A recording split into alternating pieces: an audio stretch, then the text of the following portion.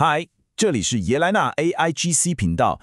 今天我们要来聊一个超酷的东西，一项能让你把大概10个小时的工作一口气压缩到20秒的 AI 超能力。好，你先想象一下你面前堆了大概50万字的资料，可能是什么研究报告啦、访谈逐字稿啦，还是一大堆公司内部文件，那种资讯多到快要窒息的感觉，你是不是觉得很熟悉？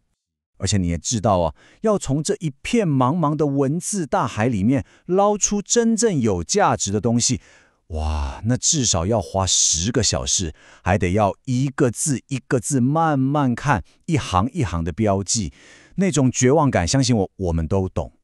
但如果我跟你说，这一切通通可以在20秒内搞定了，你没听错，这就是我们今天要来解锁的超能力。好的，准备好了吗？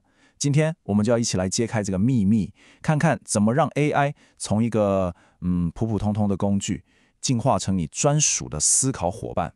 我们会先来拆解它背后运作的4大核心模式，然后呢，我会把横跨了商业、学术还有日常学习这3大场景的16组黄金提示词，一字不漏的全部交给你。真的，相信我，你一定要看到最后，因为你对 AI 的整个认知绝对会被彻底颠覆。好，我们来看看4大秘密模式，也就是为什么这些提示词真的有用。你可能常常在想，为什么有些提示词丢出去结果超惊艳，有些却完全不行？关键就在于你到底懂不懂得跟 AI 沟通的底层逻辑。接下来这4个秘密模式，就是我们所有高效提示词的基石。这真的不是什么魔法，而是非常精准的科学哦。来，我们一个一个看。第一步，要求证据，就是要让 AI 提出具体的引用，不要再出现幻觉、胡说八道。第二步，寻找冲突，不是只要它做总结哦，而是要它主动找出资料里面互相矛盾的地方。第三步，找出缺口，这招很绝，就是逼 AI 承认我不知道，而不是让它乱猜来掩盖自己的盲点。最后，第4步，结构化输出，把一堆乱七八糟的资讯变成干净的表格啦、备忘录啦，或是清单。只要掌握这4点，你就掌握了跟 AI 高效沟通的核心。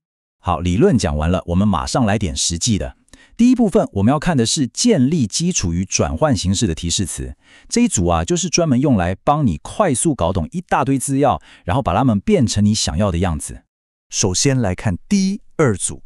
第一组在 Reddit 上被网友称作是游戏规则的改变者，它叫做5个核心问题提示词。内容是讲，分析所有输入内容，生成5个核心问题，回答这些问题可以捕捉所有内容的主要观点和核心意义。你看，这就像是直接帮你画出整个知识地图的重点路线。那第2组呢，算是它的升级版，专门为课程还有阅读材料设计的，审查所有上传材料，生成5个核心问题，捕捉中心意义，聚焦于核心主题和定义，强调的关键概念、概念之间的关系，还有提到的实际应用。这个对学生或认可需要深度学习的人来说，真的超级有用。接下来第3、4组，我跟你说，这组真的太神奇了。Notebook LM 的主管自己亲身测试，用了整整50万字的 NASA 访谈记录，原本要花10个小时的工作，他只用了20秒就搞定。提示词3是这样：这些资源中最令人惊讶或有趣的资讯是什么？记得包含关键引用。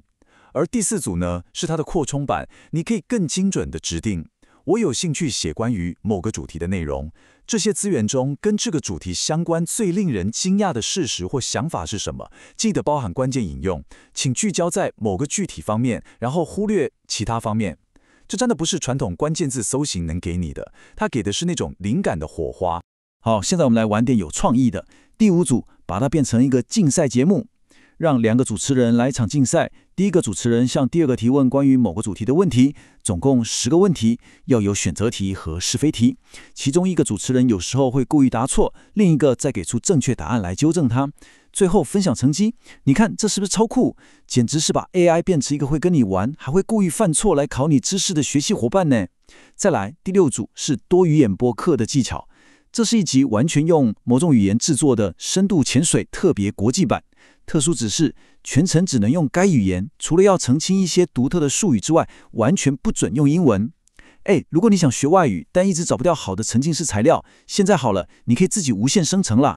好，接下来第7和第8组提示词，我觉得是让 AI 输出品质产生质变的关键，那就是给它一个专家角色。你看第7组产品经理角色，你要扮演一个正在审查内部文件的首席产品经理，无情的搜寻可行的见解，然后按照决策备忘录的格式来整理使用者证据、可行性检查还有盲点。再来第8组科学研究员角色，你要扮演一个资深科学家的研究助理，语气要严格客观，聚焦在方法资料的完整性和矛盾之处，要优先考虑样本数、实验设计和统计显著性。你有没有发现，同样一份资料，你给它不同的专家视角，它产出的洞见就完全不同。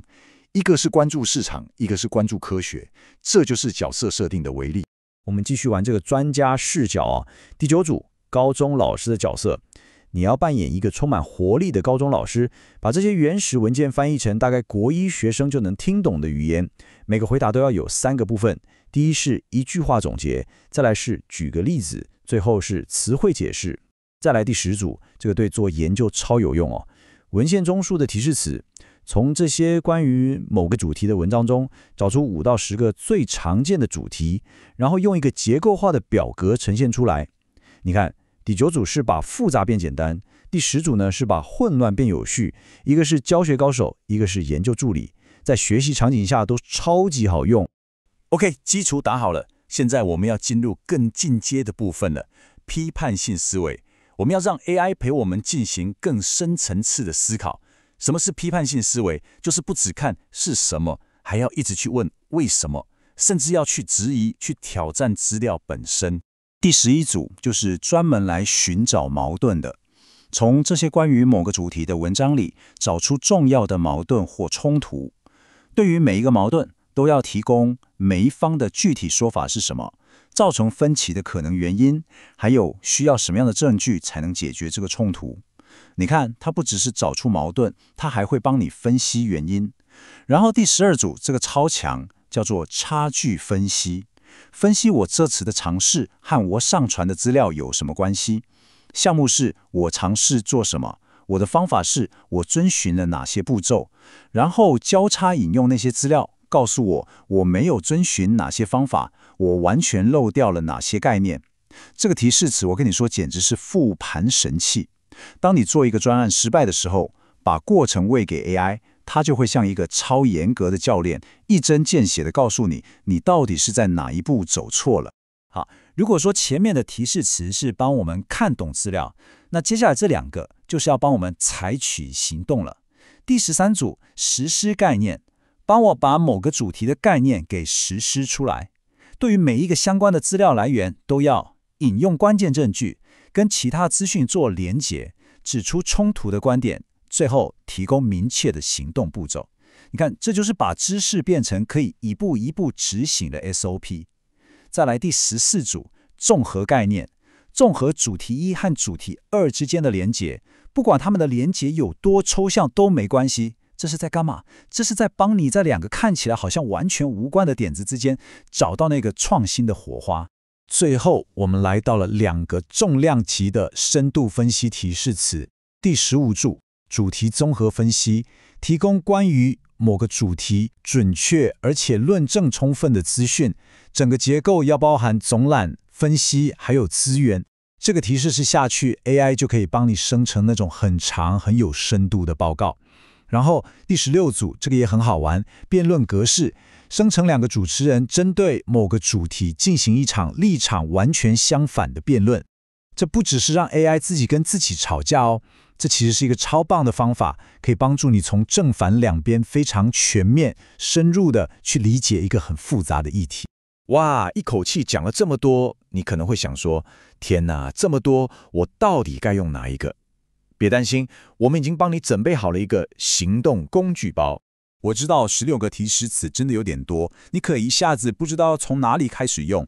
别担心，你看这张表，把它当作是你的武功秘籍，根据你自己的场景直接对号入座就好了。比方说，如果你是做学术研究的，需要非常严谨，还要分析矛盾，那你就用8、10、11和15号。那如果你是做商业分析的，专注在做决策找盲点，那么7、12和13号就是你的菜。那如果是一般的学习，只是想快速理解、简化内容，那么1、3、5还有9号提示词就会超级有用。所以你看，关键点就在这里。只要掌握了这16个提示词，你就能让 AI 成为你一个真正的可以跟你一起思考的伙伴，而不再只是一个冷冰冰的工具了。从今天起，你的整个研究流程将会彻底改变。为了方便大家，这16组一字不漏的黄金提示词，我已经全部帮你整理成一个文字档咯。你现在就可以点击影片下方的说明栏连结，到我的 Patreon 去注册一个免费用户，就可以马上立刻下载。